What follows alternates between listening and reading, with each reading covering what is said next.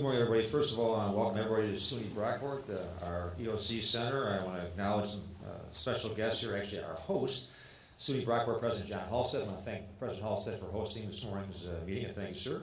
In the audience, we have Mayor Lovely Warren is here. I want to welcome the Mayor. Monroe County District Attorney Sandra Dorley is here. From City Council in the City of Rochester, President Loretta Scott. Our Police Chief Mike Simonelli from the RPD is here. Our Wayne County Board of Supervisors, Chairman Jim Hoffman is here. Brighton Town Supervisor Bill Maley, tallest elected official of New York State, is here in the audience. And I want to thank you all for coming. A very important topic today. It is about the epidemic of heroin.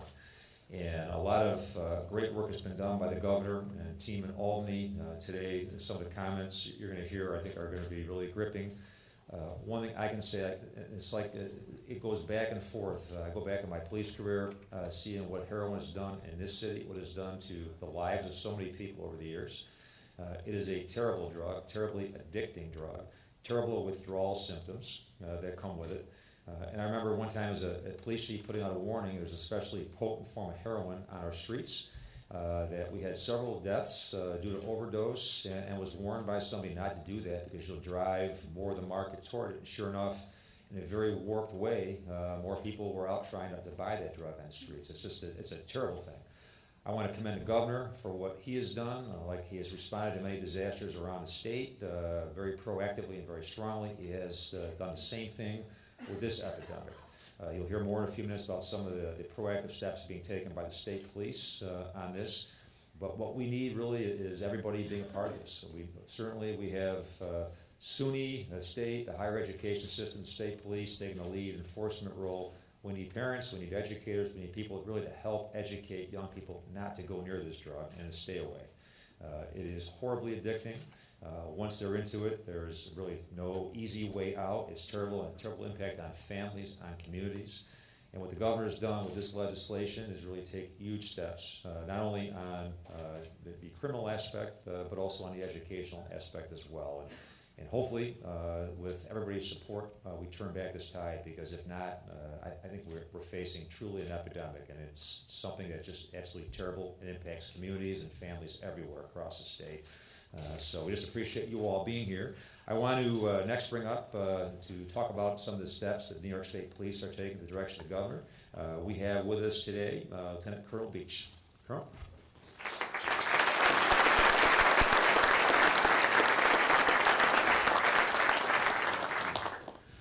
Good afternoon.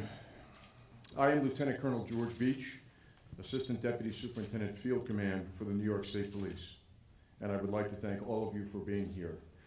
In recent years, the New York State Police and our law enforcement partners across the state have seen heroin use, heroin sales, and related heroin and opioid drug overdoses rise to levels that we haven't seen before. This legislation that Governor Cuomo will sign today will only help law enforcement to crack down even harder on the distribution of illegal drugs. Heroin has made a resurgence in our communities and is more potent, addictive, and deadly than the drug we had experienced in the 70s and the 80s. We are seeing more and more of our young people who, because they are no longer able to easily obtain pills like oxycodone, turning to heroin, which is cheaper and more readily available. And because it is such a powerfully addictive drug, many of these new users are getting hooked very quickly. And while the increase in use by young people is most prevalent and concerning, we are also seeing increased addiction to heroin and pills by people of all ages. These new laws have created a new crime, increased penalties, and the governor has also authorized 100 new investigators for the state police, all of which gives law enforcement additional tools to continue New York State's fight against illegal drugs. Every day, law enforcement actively develop narcotics intelligence, investigating cases, and taking down major drug operations all across our state.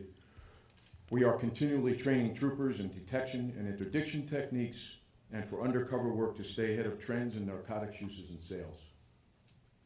And recently, we began equipping our community narcotics enforcement units with specially trained canines devoted to detecting heroin and other drugs being shipped, mailed, trucked, and transported through our communities. But for all of us, there is still much more to do. And today the governor is providing us with the tools we need to better address this problem. On behalf of all law enforcement, I thank Governor Cuomo for these resources, for his leadership, his support, and his commitment to our mission of protecting all New Yorkers and keeping our communities safe. And now please welcome Senator Joe Roback.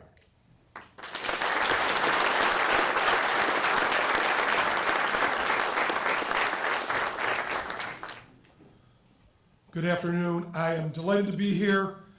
First and foremost, want to introduce my colleague from the Senate, no stranger to government, Ted O'Brien. Ted, thank you for being here. You could clap for him. It's great.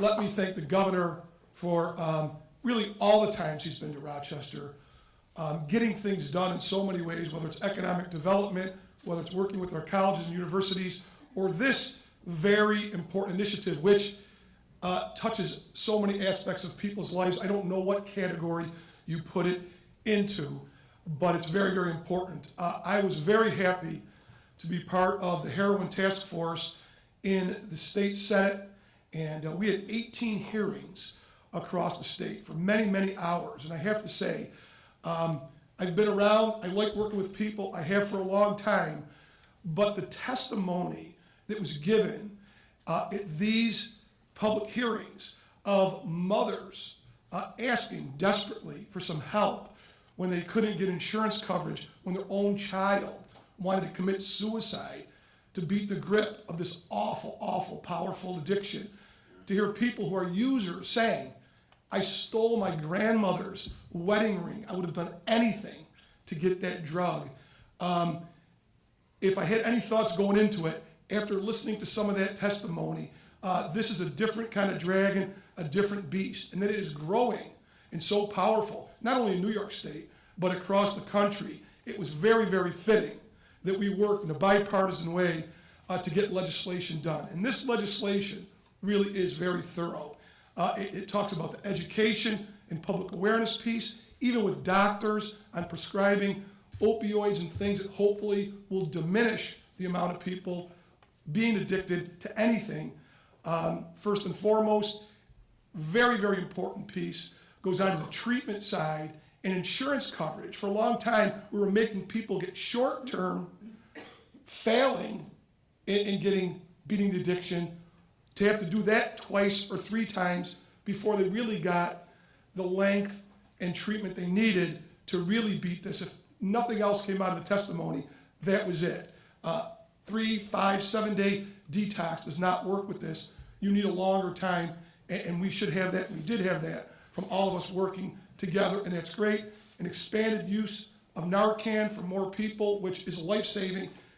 In Monroe County alone, out of 122 people that got Narcan, 111 survived not ODing and dying. That's a powerful number, and that's been duplicated across that state. So expanding that was another important piece. And lastly, and I maybe even feel more strongly about this, the enforcement piece, I feel is very, very important to get these dealers off the street. When I worked in the public safety arena in the 90s, if you found heroin at the lab that was more than 15% heroin, it was high. This stuff they're selling, flooding the market with now is 50% heroin, cut with fentanyl, which is a synthetic heroin. It's rocket fuel and it's deadly. And if these people are selling this so cheaply to anybody of any age, I think that they are very responsible for the deaths of some of these people. So hopefully we're going to go after them as well. But mostly I really want to thank the governor, the legislature for working together on this. This was no Democrat, no Republican. This was moms, dads, people seeing the damage of this, the growing epidemic, and by working all together, we had a great bill, and hopefully we're going to diminish this and turn this thing around, shut this epidemic down. So thank you one and all, and thank you all for being here.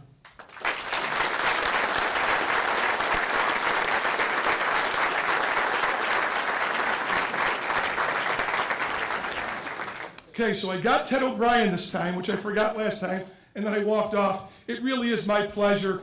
You know, when you talk about bipartisanship, we got a lot of things done for Monroe County, whether it was the city, the county this year, and the school modernization bill, and we couldn't do it if we weren't working together. And Joe Morelli's been a great working partner in the Assembly. I know he likes to be called Majority Leader, but I just look at him as the other Joe. Joe, come on up. Thank you.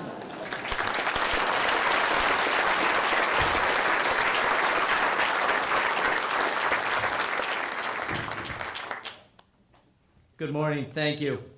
I appreciate that warm introduction by my good friend, the other Joe. And I'm really delighted to be here this afternoon for this important announcement and acknowledgement.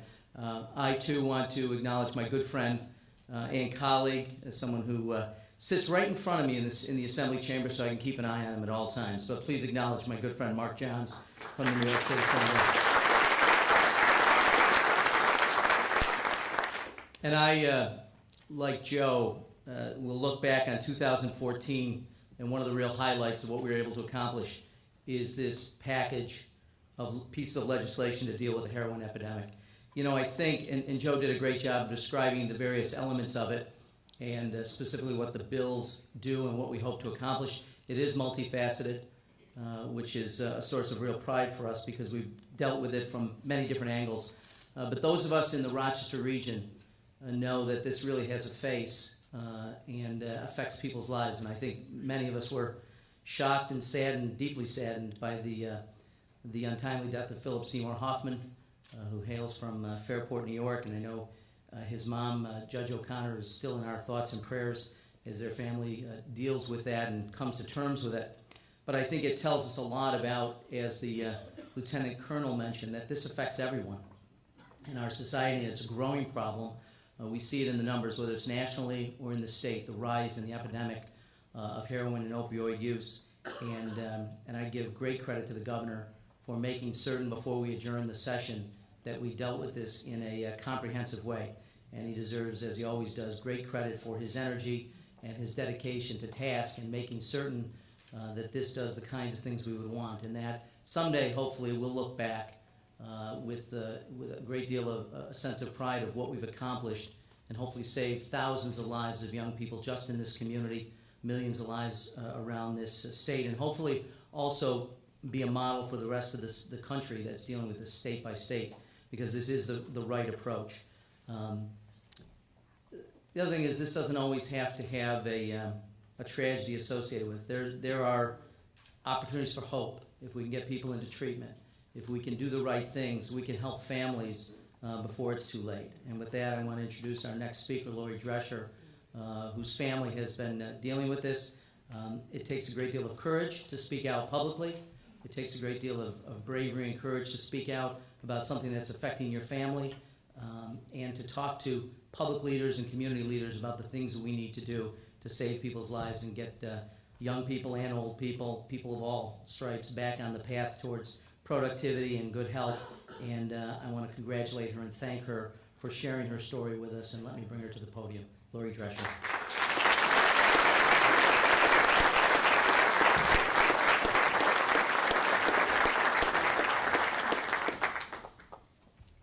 These guys are such pros.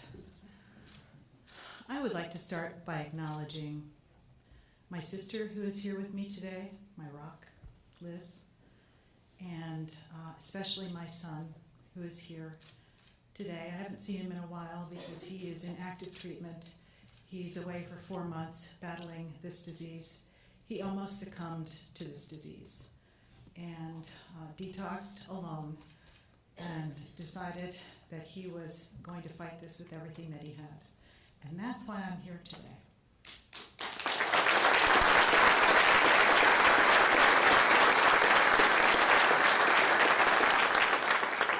So I have some prepared notes, bear with me. Thank you, Governor Cuomo, for inviting me to briefly share my family's story and the impact this bill will have on thousands of families just like mine. I'm Lori Drescher, and I live in Rochester. I've lived here for 31 years. I've raised my family here. I've started a business here. In almost every aspect of my life, ours was a typical upstate New York family life. Until in high school, our son began using opiates, like so many of his friends.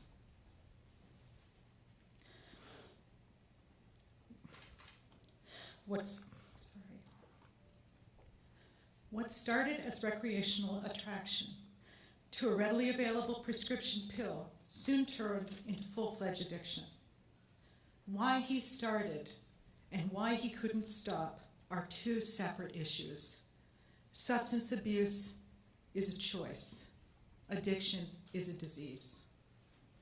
Because of the stigma, misinformation, and moral judgments, and until this legislation was introduced, substance addiction has been more readily accepted as a scourge on society than the horrendous disease that robs families of their dignity, humility, and sanity.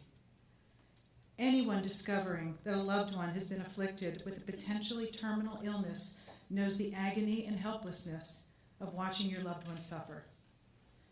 Add to this devastation a total lack of compassion from your community, insurance companies dictating what treatment they are willing to cover and when they are willing to begin, hospitals turning you away because your afflicted child who is desperate to get clean isn't sick enough to die and therefore doesn't require hospitalization unless he has threatened suicide or overdose.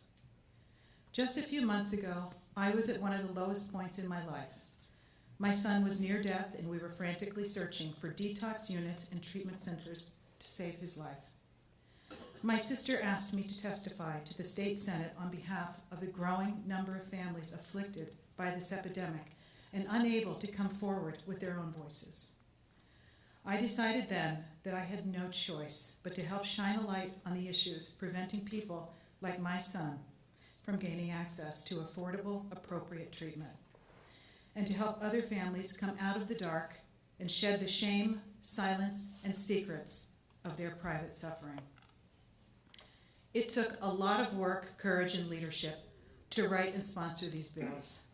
Thanks to the efforts of the governor, the lieutenant governor, state police, Majority Leader Morelli, and Senator Robach, the state is allocating an unprecedented amount of resources to combat the heroin epidemic, and I want to thank them for their hard work on behalf of New York families.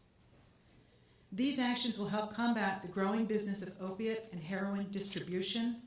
It will save lives with the heroin antidote naloxone, provide readily available access to medically appropriate treatment, and to begin educating our kids to the slippery and potentially deadly slope of unintended addiction. I would also like to thank my son for courageously stepping out of his recovery treatment to be here today, to witness this historic bill, to honor his friends who have tragically passed from this disease, and to help shine the light of hope on all that might be saved by this legislation. I am proud to be a New Yorker. It is now my great honor to introduce to you the governor of the great state of New York, Andrew Cuomo.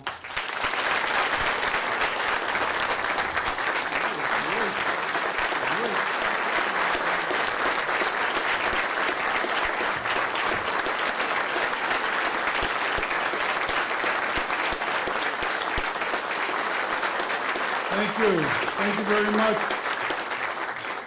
Thank you very much. Boy, Lori Drescher, wasn't she great? Let's give her another round of applause.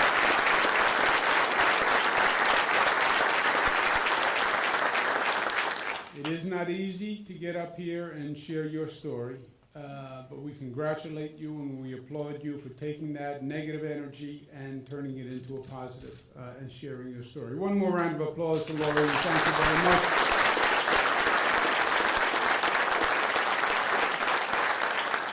SUNY President John Halstead, thank you very much for having us. Let's give him a round of applause for his hospitality. To the Rochester Superman, as we call him, Lieutenant Governor Bob Duffy, pleasure to be with you once again. Majority Leader Joe Roback, I have to call him Majority Leader. If I don't, he doesn't pass any of my bills. Majority Leader Joe Roback, Joe Morelli, Senator, the other Joe, Senator Joe Roback. Let's give him a round of applause. And Lieutenant Colonel Beach from the State Police. Pleasure to be with you, sir.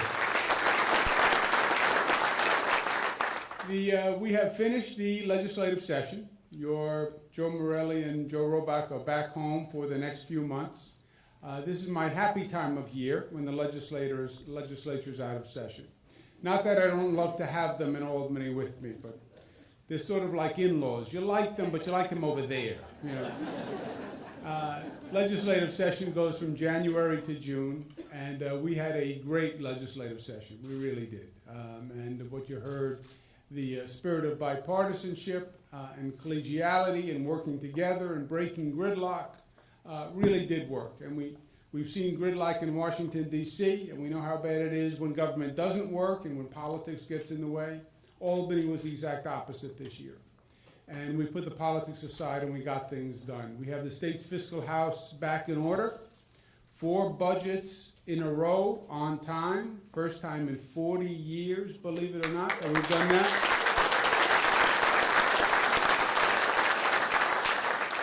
We've been focusing on jobs like a laser beam. And the first thing to get jobs coming back to New York and growing jobs here is to get our taxes down. We've said many times we're not going to be, we have no future as the tax capital of the nation. To get the taxes down, you have to get the spending down. That's why the taxes are high, because you spend a lot of money. We've reduced the spending level for the state down to 2% per year. That's the lowest increase since they've been keeping numbers, believe it or not. So we got the spending down and allowed us to reduce taxes. We have the middle class taxes down to the lowest level since 1953. We just reduced the corporate taxes down to the lowest level since 1968. We made the manufacturer's tax zero. Hasn't been zero since 1917, because we want to get the manufacturing companies coming back to New York. Every New Yorker in the state pays a lower tax rate today than they did 4 years ago. Every New Yorker. So we have the arrows pointed in the right direction. We're also investing in job creation. We have our regional economic development councils that are working very well. We have a program that I'm very excited about called Startup New York that they're going to be working with right here at SUNY Brockport, which is simple but powerful. It takes that whole tax argument and turns it 180 degrees. And you know how people talked about New York high taxes? A startup zone, and we have 64 of them across the state, no taxes for 10 years for any new business that moves into the zone. So it really takes the negative tax consequences of New York and turns it right on its head. So, and most importantly, the proof is in the pudding, the jobs are coming back to New York. We created 440,000 new jobs. We are number 2 in the nation in job creation since the recession. 7.6 million private sector jobs in the state of New York right now.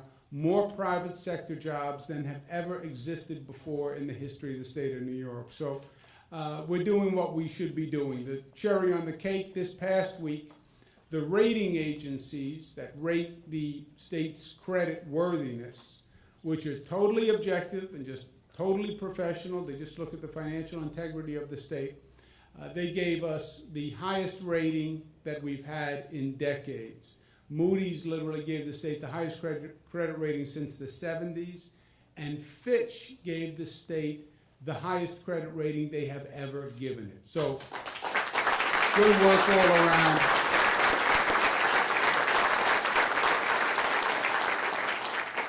And then if the economy and jobs are a top priority, the second top priority is public safety. And that's why we're here today, to talk about the heroin epidemic. And it is an epidemic. Lori was talking about substance abuse treatment. And I used to work with substance abuse providers at one time in my life. The first step in substance abuse is admitting the problem, right? Denial is not an option, and it's hard to admit the problem. Well, the state of New York has a terrible problem when it comes to heroin. The country does, but New York's problem is much, much worse. 1/3 of all the heroin seized in the United States of America was seized right here in the state of New York. The number of deaths by heroin have doubled in just the past 4 years. And this is a different type of heroin than we've seen in the past. The Lieutenant Governor was talking about the 60s and the 70s in heroin. This is much, much worse. It's much more potent, as Senator Roback said. It's much cheaper. You can buy heroin $5 bags, $10 bags. It's highly addictive, more addictive than crack, they say. And it's affecting a younger group of people. Heroin in the 60s and the 70s were relatively old users, 28, 30, 32 years old. These are teenagers. These are high school kids. And this is not an inner city problem. This is a suburban, rural, upstate New York problem. Affluent white kids are getting addicted to heroin at very increasingly young ages. So it's a wave that is increasing exponentially, and we're trying to get ahead of it. And as you heard, we passed an extraordinarily comprehensive program. It starts with law enforcement and 100 state police who will be dedicated just to this issue. It will thereby be doubling the state police narcotics unit, but 100 troopers who are going to be specially trained in just this law enforcement interdiction of heroin. And let's give them a round of applause for being here today.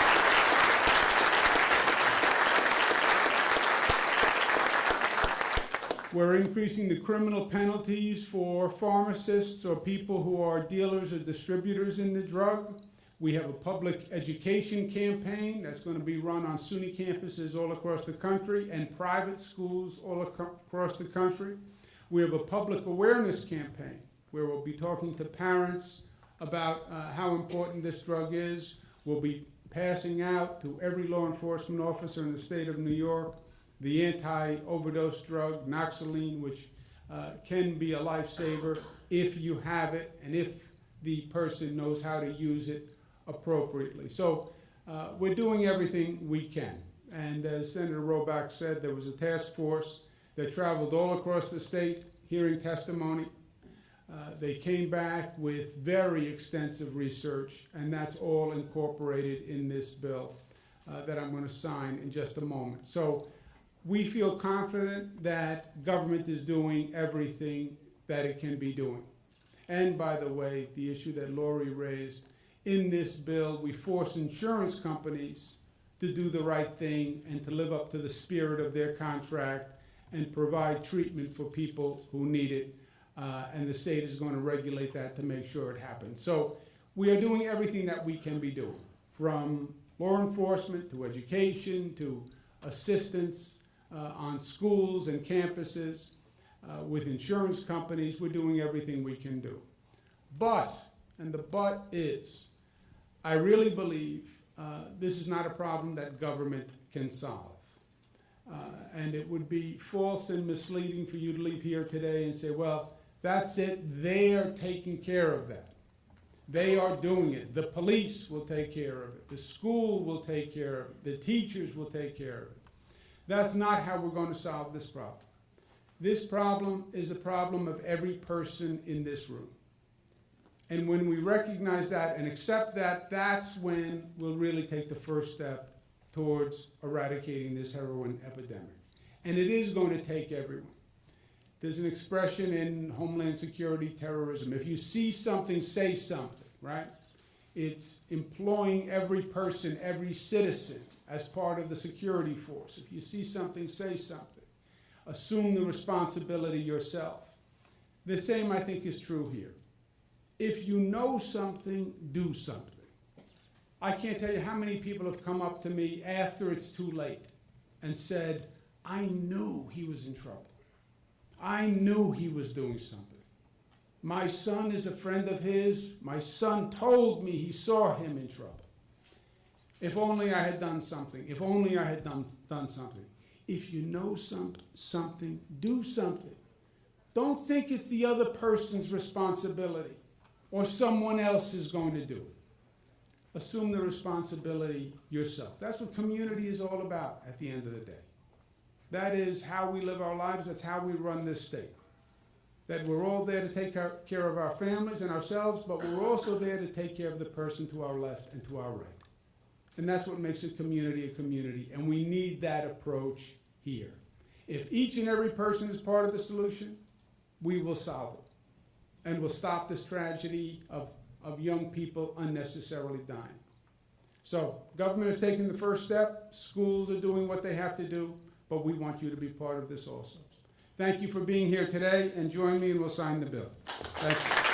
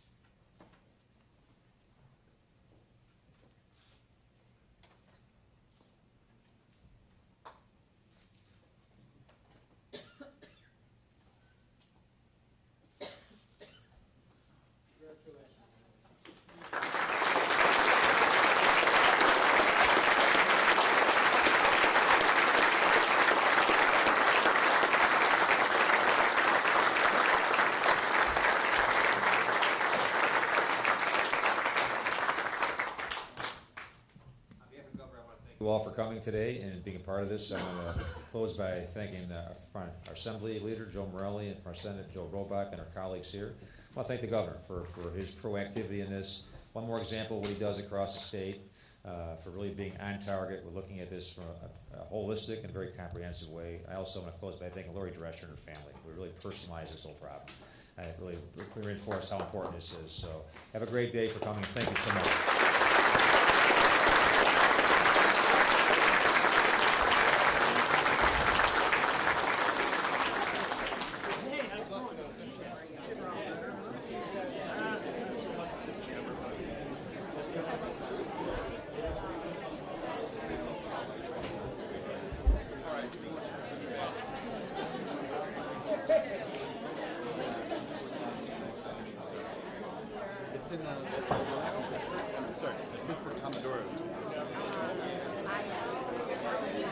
Got a lot of stuff going on.